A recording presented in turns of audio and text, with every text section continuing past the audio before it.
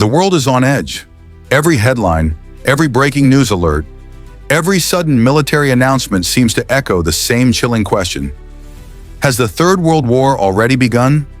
We've grown used to living with tension, to seeing distant wars flicker across our screens and scroll past in our feeds. But beneath the noise and distraction, something darker, larger, and more coordinated may already be taking shape. The wars we see in fragments, from Eastern Europe to the Middle East, from the South China Sea to cyberspace, might actually be part of a much bigger conflict that's quietly reshaping our planet. Think about it. The 20th century gave us two world wars that redefined civilization. Both started as regional conflicts, triggered by assassinations, invasions, and miscalculations. But within months, entire continents were burning. Today, history feels like it's rhyming again. Only this time, the weapons are faster, the communication instant, the stakes unimaginably higher. The difference? This time, the war may have already started without anyone formally declaring it. Let's start with the current front lines, because this war doesn't have one. It has many. In Eastern Europe, Russia's invasion of Ukraine didn't just ignite the largest land war since 1945, it shattered the illusion that large-scale wars in Europe were impossible. The invasion triggered massive rearmament across NATO, billions of dollars in military aid, and an economic war of sanctions and counter-sanctions that affected the entire globe. Countries thousands of miles away felt the ripple effects, from food shortages to energy crises. Russia didn't just invade Ukraine, it challenged the post-Cold War order. The West responded not only with weapons, but with the full machinery of modern hybrid warfare. Propaganda, cyber sabotage, financial isolation. Each side accuses the other of pushing the world toward nuclear confrontation, and every new strike, every new escalation, inches us closer to something irreversible. Meanwhile, in the Middle East, another powder keg has exploded. The long simmering tension between Israel and Iran has erupted into open hostilities. Israel's airstrikes on Iranian nuclear sites and Iran's retaliatory missile attacks have set the entire region ablaze. What makes this especially dangerous is that it's not just a local conflict. Both sides have global patrons, regional proxies, and ideological backers. The United States has pledged full support for Israel's security, while Russia and China have deepened their ties with Tehran. The Middle East, once again, has become the intersection of global power politics. A single miscalculation here could ignite a regional inferno that drags in multiple superpowers. Shift the lens eastward to Asia. The Taiwan Strait is now one of the most militarized zones on Earth. China conducts constant military drills, crossing median lines that were once respected boundaries. Fighter jets scream over contested waters. American warships patrol nearby, and Japan, a nation that for decades avoided direct military buildup, is now openly preparing for potential conflict. China calls it reunification. The West calls it aggression. But either way, it's a collision course between nuclear-armed giants. The moment one missile flies, the entire Indo-Pacific could ignite, drawing in the United States, South Korea, Japan, Australia, and potentially even India. Imagine that. The world's largest economies suddenly locked in direct combat. That's not a prediction, that's a trajectory. But the visible wars, the ones with tanks, drones, and soldiers, are only part of the picture. There's another war unfolding quietly, invisibly, yet everywhere at once. The cyber war.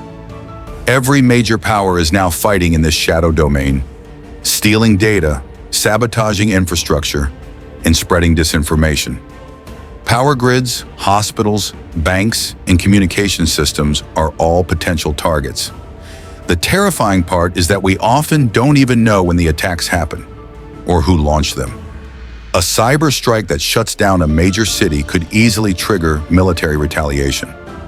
The lines between peace and war are blurring, and then there's the war for information, the battle to control narratives, minds, and truth itself. Propaganda has always been part of warfare, but now it moves at the speed of the internet. Artificial intelligence generates deepfakes so convincing that they can spark riots or panic in minutes. Troll farms and bot networks push agendas, polarize societies, and erode trust. In many ways, World War III is already being fought inside our screens. Not with bullets, but with beliefs. The weapon isn't always a missile. Sometimes it's a viral video, a tweet, or a lie that travels faster than fact. If you connect all of this, Ukraine, Israel, Iran, Taiwan, cyber warfare, global disinformation, a pattern begins to emerge. It's not chaos, it's convergence. Different regions, different causes, but all threads of a single escalating system. The alliances are already forming. On one side, the Western Bloc led by the United States and NATO. On the other, a rising coalition of powers.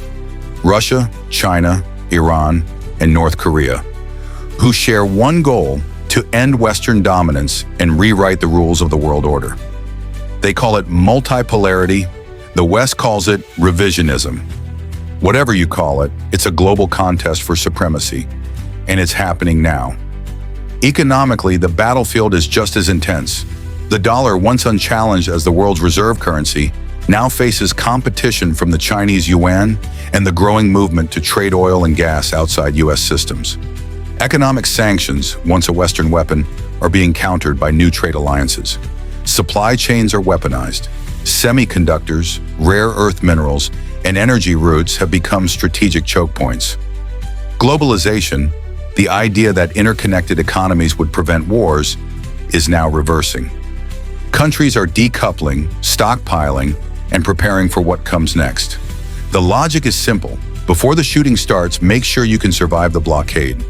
Military spending tells the same story. Defense budgets around the world are skyrocketing. Nations that once demilitarized after the Cold War are now rearming at historic levels. Germany has launched a massive military modernization plan. Japan is reinterpreting its constitution to allow offensive capabilities. India is rapidly expanding its navy. Even neutral countries are quietly preparing. It's as if the entire world is holding its breath and getting ready for something it hopes will never come, but fears might be inevitable. In the background, the nuclear clock is ticking. The treaties that once restrained superpowers, the INF Treaty, the Open Skies Agreement, new START, are crumbling. Russia has suspended cooperation. China is rapidly expanding its nuclear arsenal. North Korea is testing new ICBMs with longer ranges than ever before. The old Cold War doctrine of mutually assured destruction still looms, but confidence in its deterrent effect is fading. When leaders start to believe they can fight and win a nuclear conflict or contain it, the danger becomes existential. A single launch, even accidental, could end civilization as we know it. There's also a psychological dimension. The world's population is more anxious, divided, and disillusioned than it's been in decades. Trust in governments and institutions has collapsed. The public is numb to constant crises, pandemics, inflation, political chaos, and yet strangely primed for conflict. Nationalism is resurging. Populism is spreading. Many leaders are using external threats to consolidate power at home. It's a cycle as old as history. Unite your people by finding an enemy. And when enough leaders think that way at the same time, wars don't just become possible, they become likely. Some experts say World War III won't start with a grand declaration, but with a series of small escalations that no one stops in time. A drone strike misattributed to the wrong side. A cyber attack mistaken for sabotage. A missile defense system malfunctioning. History's greatest wars often began not with deliberate plans, but with errors, pride, and fear. In 1914, it was the assassination of an archduke. In 2025, it could be the downing of a single aircraft or the hacking of a satellite. So, is World War III already here? It depends on how you define war. If you're looking for trenches, gas masks, and declarations, not yet. But if war means global competition spilling across continents, involving major powers, fought with weapons both visible and invisible, then yes, it's already unfolding. The difference is that this one doesn't have a clear beginning or end. It's everywhere all at once. Look at the signs. World powers are aligning. Economies are being reshaped. Information is weaponized. Conflicts are expanding, not resolving. The alliances and antagonisms of today mirror the early 20th century, just updated for the digital age. Back then, few realized they were living in the prelude to a world war. Today, we may be repeating that same blindness, mistaking escalation for normalcy. But here's the twist. Despite all the signs, despite the danger, there is still agency. This war, if it's already begun, is still in its early phases. It can be contained, redirected, or ended through diplomacy, restraint, and reform.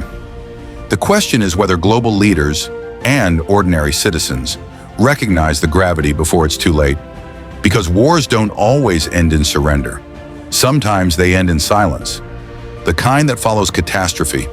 Technology, ironically, is both our greatest risk and our greatest hope. Artificial intelligence could make warfare faster, deadlier, and less human, but it could also help predict and prevent escalation if used wisely.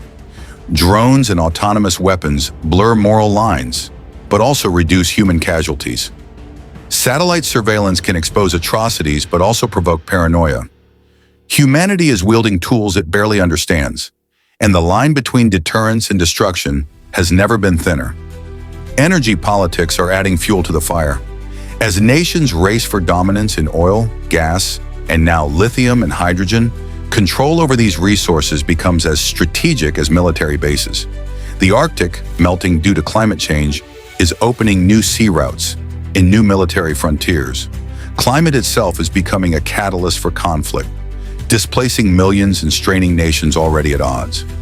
Every drought, every famine, every climate disaster adds pressure to a world system already cracking.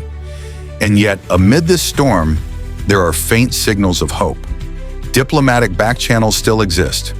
Economic interdependence still gives even enemies reason to hesitate. Global citizens are more aware, more connected, and more vocal than in past centuries. The question is whether awareness translates into action, or if apathy allows the machinery of escalation to keep grinding forward. Imagine waking up one morning to the news that a major naval clash has occurred in the South China Sea. Imagine Russia declaring martial law across new territories. Imagine Iran blocking the Strait of Hormuz. Imagine cyber attacks shutting down global banking systems. All at once, the illusion of distance vanishes. The global conflict wouldn't need to begin. It would simply reveal itself. That's the chilling reality of this moment. The World War may not be coming. It may already be here, just hidden in plain sight. This is not fear-mongering. It's pattern recognition. The signs are there. Rising militarism, fractured diplomacy, competing empires, and a collapse of trust in international law. The world order that emerged after 1945 is fading. A new one is struggling to be born. And like every major transition in history, it will be violent, uncertain, and transformative. The coming years will decide whether humanity steps back from the edge or dives headlong into another century of devastation. So as you watch the headlines, remember, wars no longer begin with a single spark. They build silently in the spaces between events, in the whispers of politicians, in the code of hackers, in the economic sanctions we barely understand. They start when people stop believing that peace is possible. And maybe, just maybe, that's the stage we're already in. If this truly is the early phase of World War III, then the next moves matter more than anything. The next decisions by governments, the next alliances signed, the next crises mishandled. They could shape the next 100 years. Every generation says it can't happen again. Every generation is wrong until it is too late. Perhaps years from now, historians will look back at this period, the wars in Ukraine and the Middle East, the tensions in the Pacific, the cyber chaos, the breakdown of diplomacy, and call it the beginning. Or perhaps they'll call it the moment humanity finally woke up and stepped back. That choice is still open, but the clock is ticking. The world stands at a crossroads. One path leads to global cooperation, painful but necessary compromise and survival. The other leads to total breakdown, a war that no one truly wins.